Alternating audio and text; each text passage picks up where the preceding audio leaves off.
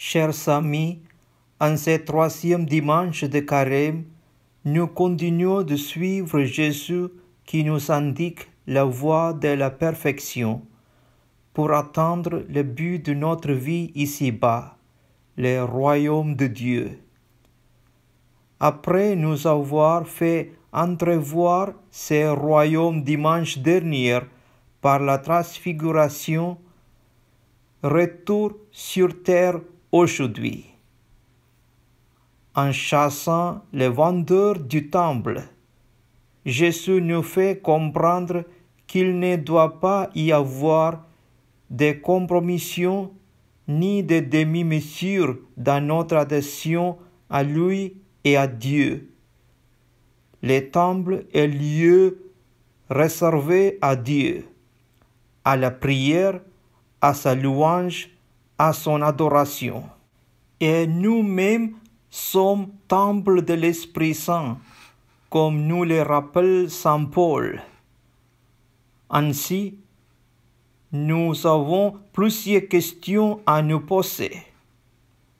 Comment nous comportons-nous lorsque nous sommes à l'Église? Respectons-nous toujours la sainteté de ces lieux et la présence de Dieu en la Sainte Eucharistie? Et comment respectons-nous les temples de Dieu que nous sommes en tant que baptisés appelés à la sainteté?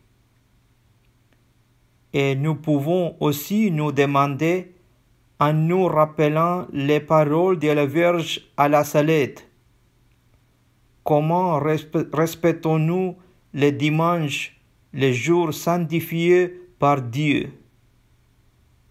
La première lecture de ce dimanche: souviens-toi du jour du sabbat pour les sanctifier.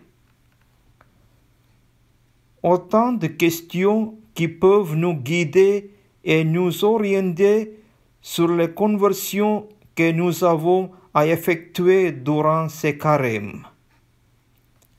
Prions. Seigneur Jésus, me voici devant toi tel que je suis. Je veux te recevoir chaque jour plus pleinement en moi, afin que tu puisses venir y faire ta demeure. Viens transformer mon cœur en une demeure digne de ta présence. Viens chasser de mon âme tout le trafic et tout le commerce de mon péché. Tu as offert ta vie pour moi, pour me sauver. Merci de m'avoir tant aimé. Aide-moi à répondre plus fidèlement à ton amour. Viens guérir ce qu'il y a de faible et de blessé en moi durant ce temps de carême. Gloire au Père et au Fils et au Saint-Esprit, comme il était au commencement, maintenant et toujours, dans les siècles des siècles. Amen.